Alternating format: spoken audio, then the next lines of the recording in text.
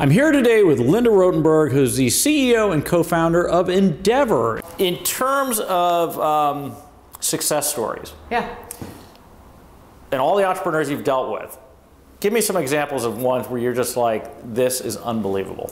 well, I'll tell you two in two different countries. I'll start actually with something more recent, which is in Turkey, which is it's a company called Yemek Sepeti, which is the seamless web or the open table of Turkey. Mm-hmm. And this is a guy, Nevzat. He came up with this idea. No one in Turkey understood what he was talking about. You know, I don't understand e-commerce and, you know, reservations over the internet. No one's going to do this.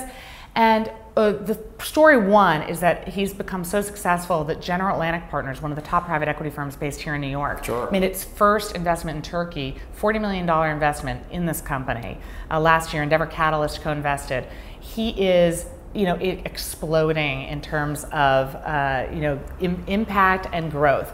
But what I love about Nevzat is he started this little Turkish, you know, ecosystem with a couple of other people where they take people clubbing or they take people on vacations and they kind of mentor them coming up. So we have another internet entrepreneur named Hakan Bas, who started with in a gaming company that Endeavor supports, left to create an online jewelry company. Again, the elder statesmen of Turkey, who are so incredible, and stateswomen on our boards, don't really understand the internet. So Nevzat and a couple of other of the first generation decided they were going to mentor these people. So what I love about that story is that it's all about the ecosystem impact. It's not just Nevzat has created so many jobs, he's doing incredibly well in terms of growing his company, but more importantly, even at a young age, he's only in his 30s, he sees the importance of giving back and mentoring the younger generation. My second story happens in Brazil. This is one of our earliest companies, started by two women named Leila and Zika. And they grew up in the favelas, in the slums of Rio. Leila worked as a McDonald's cashier, Zika worked as a hairdresser. And Leila said, you know what? Why can't poor people feel beautiful? We need beauty, we need lipstick psychology. Okay. And she said one of the problems is the Afro-Brazilian hair is kind of curly and there's no products at that point. So she convinced her sister-in-law, Zika, and they went into Leila's basement and concocted a formula. Now what I love about this story, we met them 10 years ago. And when I tell this story, people think, oh, that's a nice story of women in micro enterprise. Oh. I said, no. There's nothing micro about Leila's story. Today, it's an $80 million company going on $100 million. They have 2,300 employees. They have 18 of these hair clinics. They're looking at setting up in Harlem. They just got investment from the largest, toughest private equity firm in Brazil.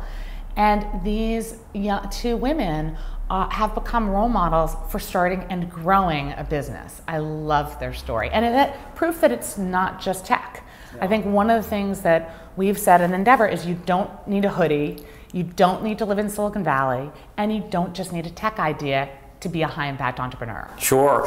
One thing that I'll say about, which I don't think a lot of people understand, is that for entrepreneurs, the failure rate is very high. Okay,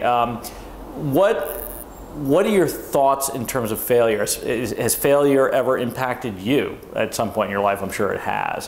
What are your thoughts about that? I think if you don't talk about failure, you can't have entrepreneurship. I think when we go into these markets where entrepreneurship has not been taking off, one of the main reasons why has nothing to do with the number of days it takes to start a business, which is what the World Bank will tell you. Mm-hmm. Entrepreneurs don't care about that. They'll get around the red tape.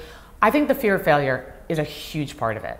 Yeah. And so we actually try to get our entrepreneurs to talk very openly about mistakes or things that didn't go well. One of our top entrepreneurs, Wences Casares, very successful, will talk openly about his failures, openly about his feeling that as a serial entrepreneur, he actually did a bad job because he would have preferred to stay at one company his whole career, which is very bold of him since he's in everybody's mind very successful. So we tell entrepreneurs to really talk openly. In our case, you know, Endeavor's now in 20 countries, now opened an office in Miami as well.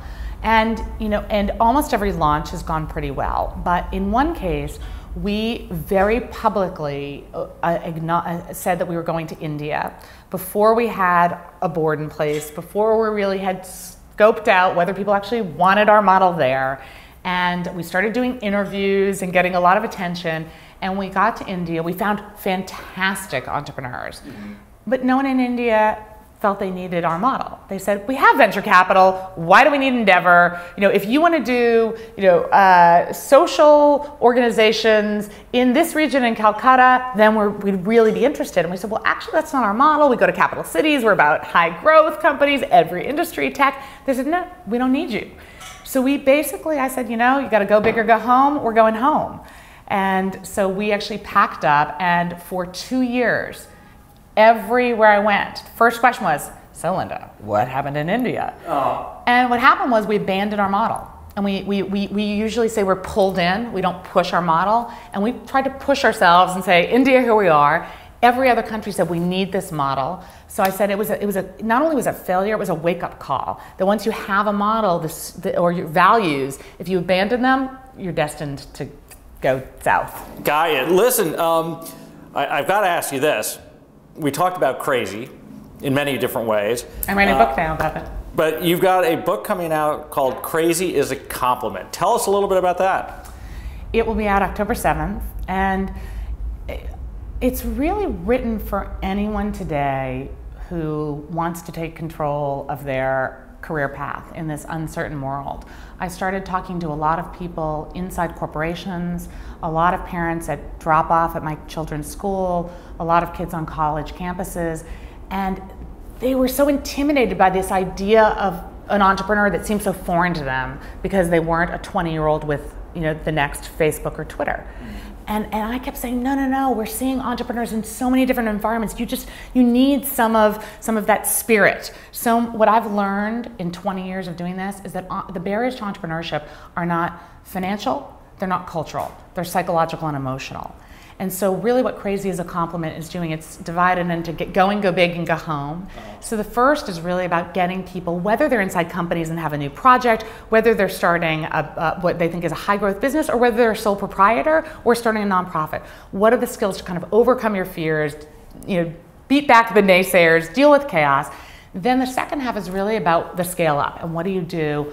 What's leadership looking like today, and how do you deal with the uncertainties? What happens when you have to fire your mother-in-law or cope with your own flaws?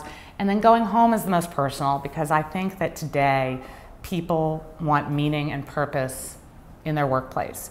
They're no longer willing to say, my job is my paycheck, and then I'll volunteer and get meaning outside.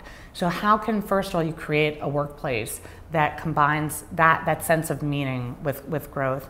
And then the last chapter is written as a letter to my girls. And I mentioned go big and go home. I go big or go home, which used to be my mantra. My new mantra is go big and go home. And I think as a female leader, I used to think I had to be very tough and invincible and keep my private life separate. And then 6 years ago, my husband, Bruce Feiler, the author, got diagnosed with osteosarcoma, with bone cancer. And my girls were 3 at the time. I knew I needed to be there to provide stability with the girls and to go accompany Bruce to his chemo treatments. And this was right when Endeavor was really set to grow. And so I told everybody, look, I'm just not going to be able to travel. I'm not going to be able to do very much. And what never surprised me was that everyone stepped up and we grew, actually more than we would have expected. What really surprised me is that when I came back, people were asking about the girls, people were asking about Bruce. I was very open. I occasionally cried. I was vulnerable for the first time. And the young people here who worked for me said, you know what, Linda, we always admired you, but you were kind of superhuman, and not in a good way, in a kind of scary way. And they said, when you showed us your vulnerable self, you became a real person to us. And in fact, it made us want to follow you more. And I think this is a really important thing to learn, not just for women, I think for men too. And so I've really learned, those were the hardest lessons. Mm-hmm. Yeah, well, all I can say is I cannot wait to read your book. I really can. Okay, last question. You're addressing the class of 2014 all across the country. What words of advice and wisdom would you give them? The world isn't stable anymore. I think that people think taking risk is scary. The riskiest thing of all is to take no risk at all today.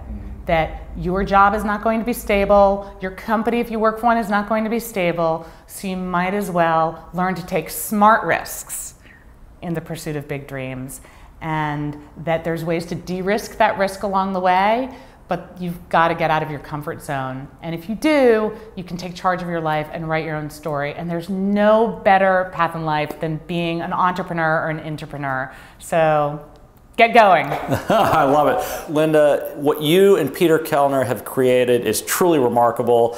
You've got to be incredibly proud. Your family must be incredibly proud. Can't thank you enough for your time. Thank you.